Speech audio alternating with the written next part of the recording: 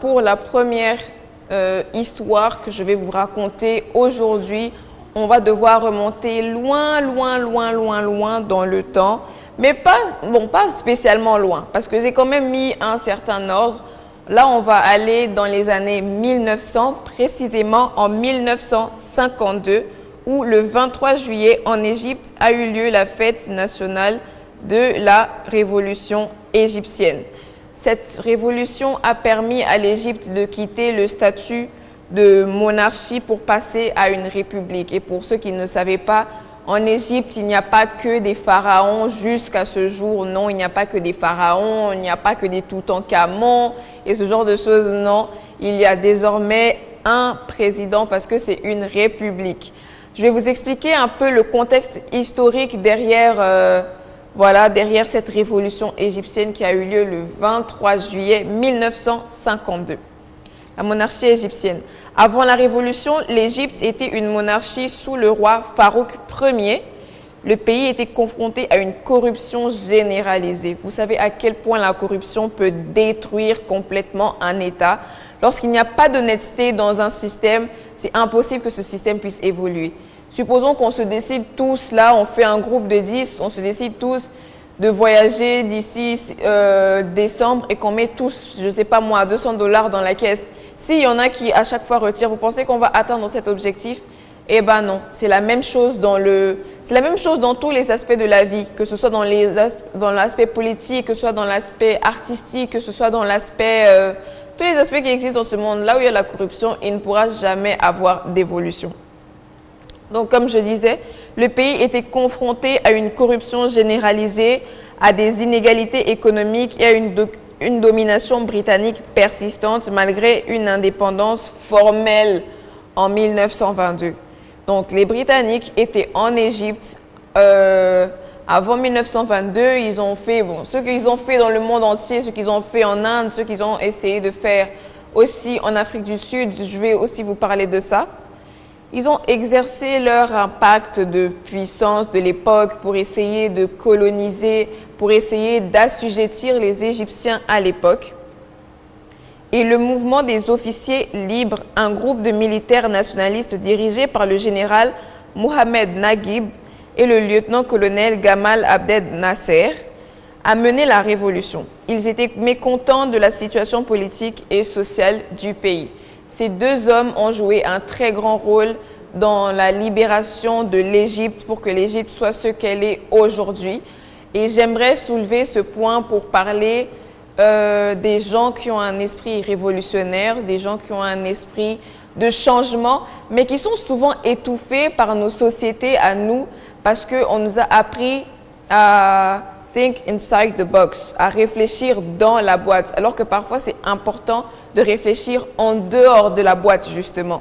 On ne peut pas tous être conditionnés à naître, apprendre à parler, apprendre à marcher, apprendre à manger, aller à la maternelle, aller en primaire, aller au secondaire, finir, avoir son diplôme, faire l'université, commencer un travail, avoir un salaire, se marier, avoir des enfants. Ce n'est pas tout le monde qui rêve d'avoir cette vie stable et paisible. Il y a certaines personnes qui observent le système dans lequel on vit et qui ne sont simplement pas d'accord avec ça. En l'occurrence,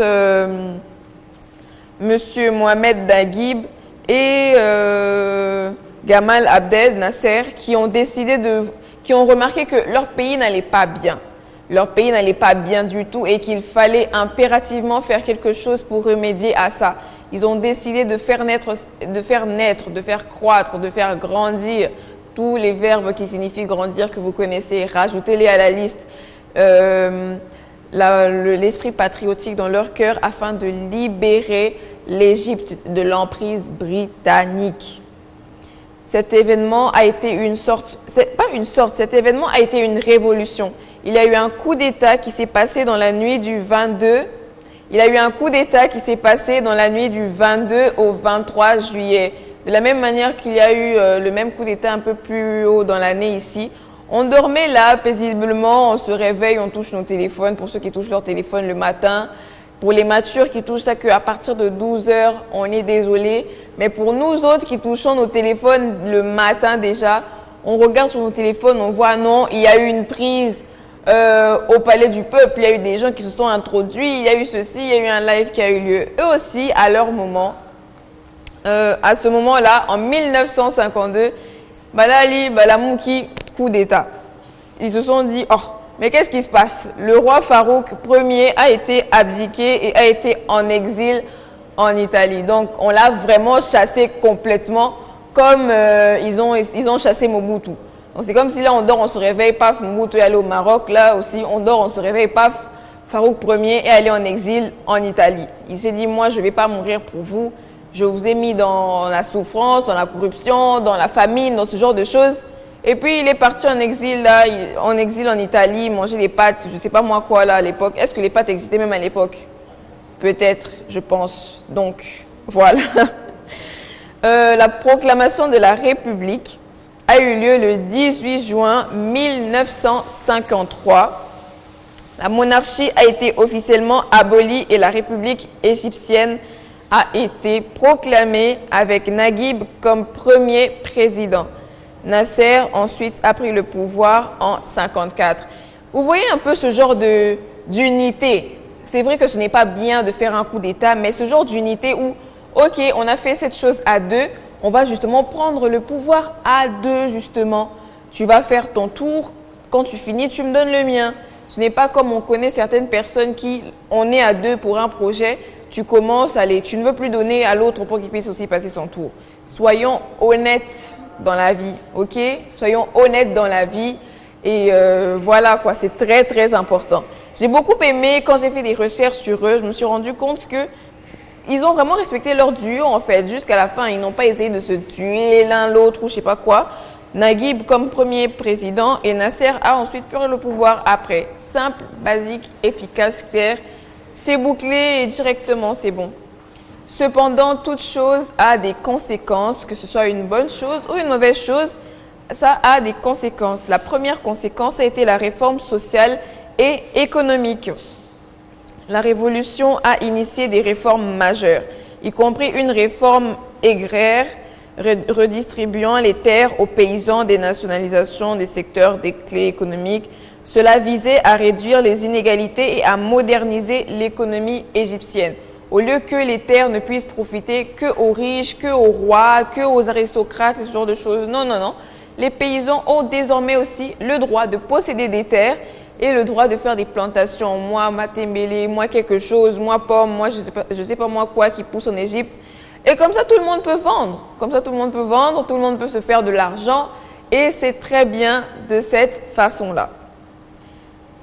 Une autre conséquence a été l'impact politique. La révolution a marqué un tournant dans la politique égyptienne, remplaçant un régime monarchique par un gouvernement républicain avec une forte orientation militaire.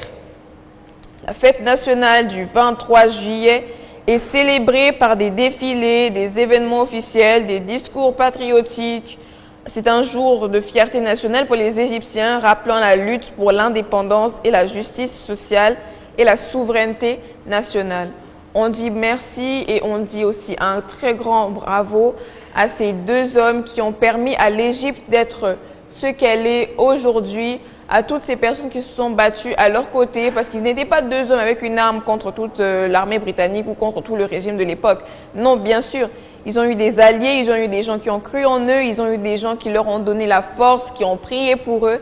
Et à toutes ces personnes, aujourd'hui, on dit merci, parce que grâce à vous, l'Égypte est un très beau pays. L'Égypte est un pays qui va bien, même si on sait tous qu'il y a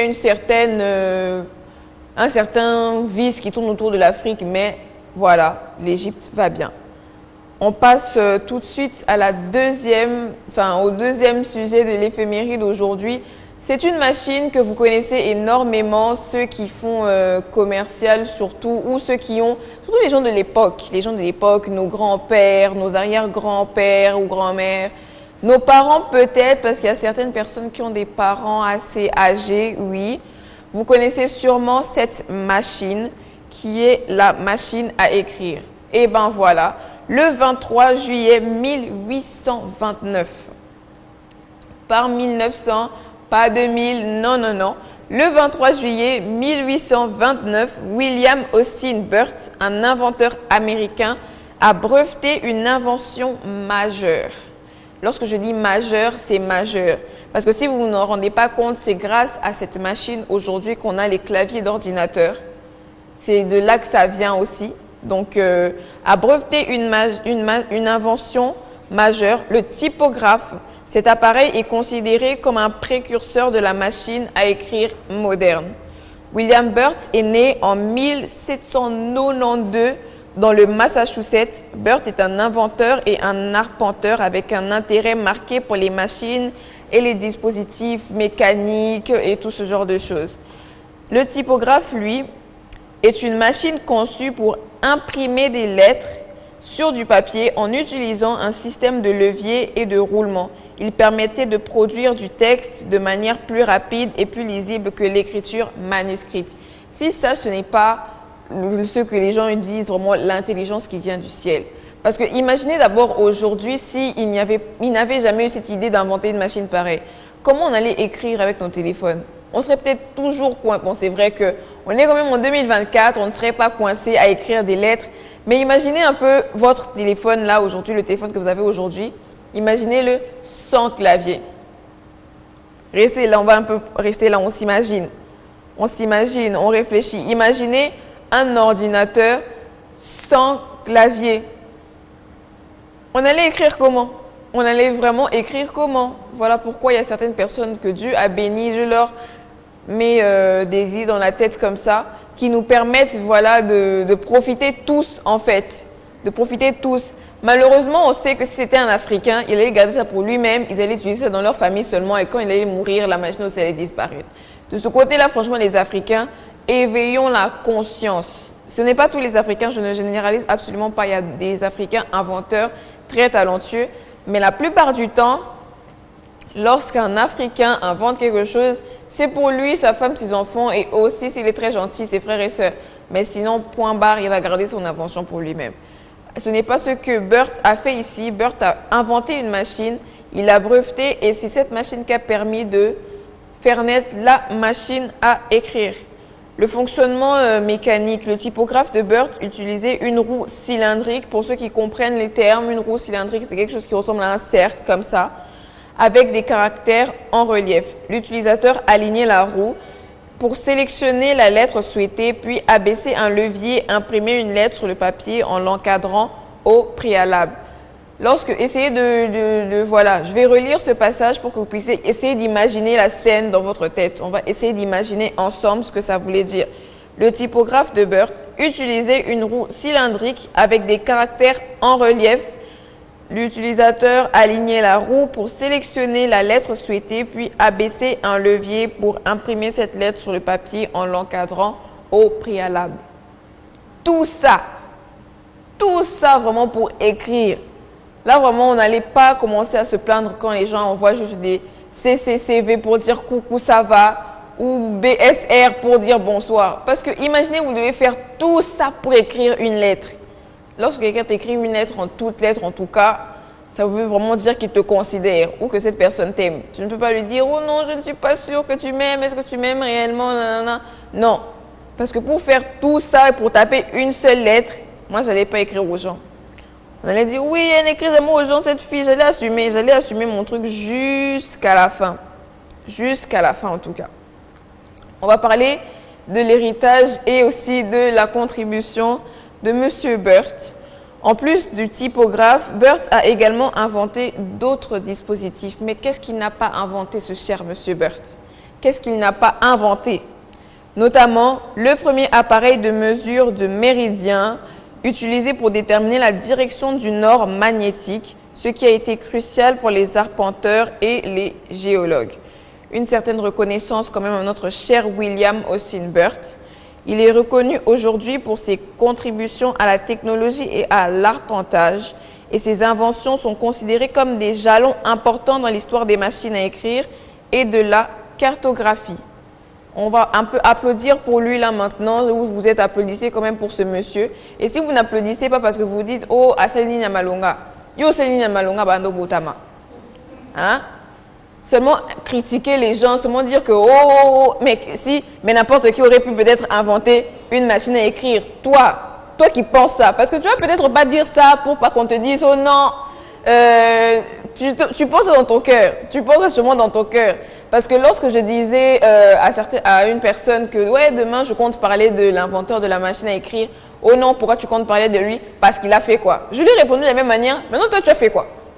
Depuis que tu es né, tu as fait quoi où on sait que quand tu vas mourir, même 50 ans après, on va dire que non, c'était toi qui avais fait ça. Rien. Voilà.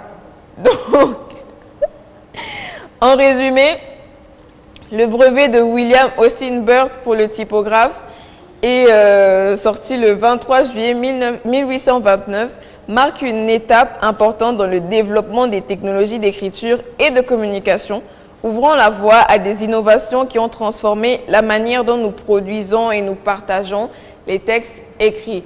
Encore un grand merci à lui parce que je ne m'imagine pas tourner des choses, encadrer, prendre les choses, encadrer les lettres pour écrire. Non. Non, non, non, non, non, non, non. Grâce à lui, son invention, on a pu la faire évoluer et on a aujourd'hui nos claviers très simples à utiliser et franchement, on ne s'en plaint pas. On ne s'en plaint pas du tout. On passe à au troisième événement historique. Le troisième est, le troisième est le dernier parce qu'on a trop fait un bond dans l'histoire. Ça suffit. Et cet événement, c'est quoi? C'est la signature de la Convention de Pretoria, accord qui met fin à la première guerre des Boers, excusez-moi en tout cas, pour la prononciation. Franchement, il faudra m'excuser de ce côté-là. La Convention de Pretoria, signée le 28 juillet 1881, a marqué plutôt la fin de la première guerre des Boers. Cet accord a été conclu entre... Ah oui, je vais sourire un peu plus, parce que c'est ce qui a été écrit sur le tableau. Je ne souris pas. Oh, j'ai une tête trop sérieuse. Si vous trouvez que j'ai une tête trop sérieuse, écrivez sur mon bas savoir. On a besoin de retour. Parce que je fais de mon mieux ici, là, devant vous pour sourire. Là, je souris. C'est un sourire forcé. C'est un sourire forcé. Mais bon, continuons. Cette convention a marqué la fin de la première guerre des Boers. Cet accord a été conclu entre le gouvernement britannique et les dirigeants de Boers du Transvaal, mettant fin aux hostilités et accordant une autonomie limitée aux Boers tout en maintenant une suzeraineté britannique un peu et tout ça. Pour ceux qui ne comprennent pas le contexte de ces images que vous voyez à l'écran là maintenant, on va parler de ça, ne vous inquiétez pas. J'ai fait des recherches pour venir vous expliquer, vous analyser ça tranquillement pour pas que vous puissiez vous casser la tête ou je ne sais pas quoi, ne vous inquiétez pas. Contexte historique, première guerre des Boers, de 1880 à 1881. La guerre a éclaté en raison de la résistance des Boers aux colons d'origine néerlandaise. Pour ceux qui ne le savent pas, l'Afrique du Sud a été à la fois colonisée par les Néerlandais et par les Britanniques. Les Néerlandais et les Hollandais sont toujours présents jusqu'aujourd'hui en Afrique du Sud. Ils gèrent presque la majorité de l'économie du pays et ça ne fait pas plaisir aux locaux. Et c'est totalement compréhensible. Imaginez aujourd'hui si, par exemple, les Belges n'étaient jamais partis.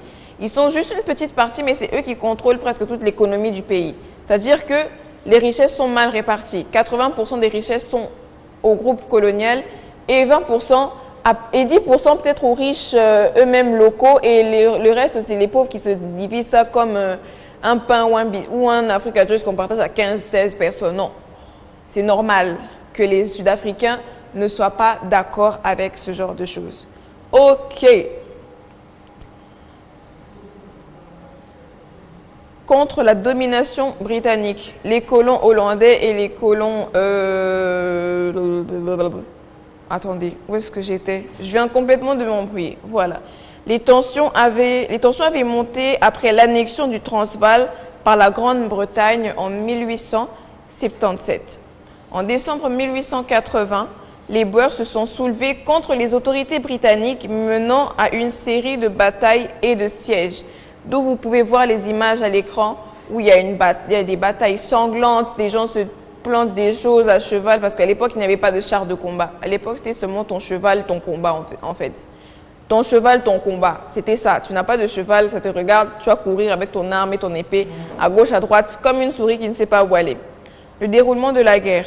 Les Boers, malgré leur infériorité numérique, ça veut dire qu'ils étaient peu en nombre.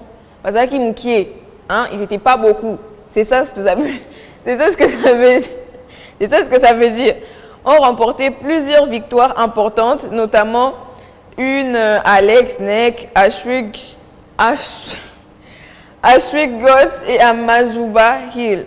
La défaite britannique à Majuba Hill le 27 février 1881 a été particulièrement décisive. Parce que c'est ça qui a permis vraiment qu'ils se disent, en tout cas, si on n'a pas une signature là maintenant, c'est possible qu'on perde tout. Après cette défaite, le gouvernement britannique, sous la pression politique interne et les coûts croissants de la guerre, parce que la guerre coûte cher, beaucoup de gens sont là à dire, par exemple, on revient un peu en RDC, on revient chez nous, on quitte l'Afrique du Sud, on revient chez nous. Beaucoup de gens ont l'habitude de dire, tout c'est la guerre, qu'on entre seulement en guerre et tout ce genre de choses, on n'a qu'à attaquer directement le Rwanda. Vous savez que la guerre coûte cher? Est-ce que vous savez que la guerre coûte cher? Si aujourd'hui on commence cotisation par parcelle pour financer la guerre, est-ce que vous allez donner? Vous n'allez pas donner. C'est exactement ça que je croyais. Donc, le problème c'est ça. La guerre coûte cher, du coup ils ont décidé d'accepter de négocier avec les Boers. Parce que s'il n'y a pas de négociation, l'argent va finir. Et vous savez, les Britanniques sont assez, accros à l'argent. Surtout, c'est ça même qui les a poussés à faire les colonisations dans le monde entier comme ça, là. C'est exactement ça. La Convention de Pretoria a été signée par des représentants britanniques dont Sir Evelyn Wood, des leaders Boers tels que Paul Kruger, Martinus Wessel Pretorius et Piet Joubert. Voilà, comme je viens de dire, toute bonne chose ou mauvaise chose a des conséquences. Les conséquences, on va dire positives, ont été un apaisement temporaire. La Convention de Pretoria a apporté une paix temporaire et une certaine stabilité dans la région. Toutefois, elle n'a pas résolu les tensions sous-jacentes entre les Britanniques et les Boers. C'est comme deux personnes qui ne s'entendent pas forcément, mais qui décident de juste arrêter de se disputer. Ils ne s'apprécient pas, mais décident juste d'arrêter de se disputer parce que ça consomme trop leur énergie et leur temps. C'est exactement ce qui s'est passé entre les Britanniques et les Boers le 28 juillet de 1881. Donc voilà, c'était tout pour ce petit cours d'histoire de la rubrique éphéméride présentée par moi-même devant vous aujourd'hui, Marianne Monsay.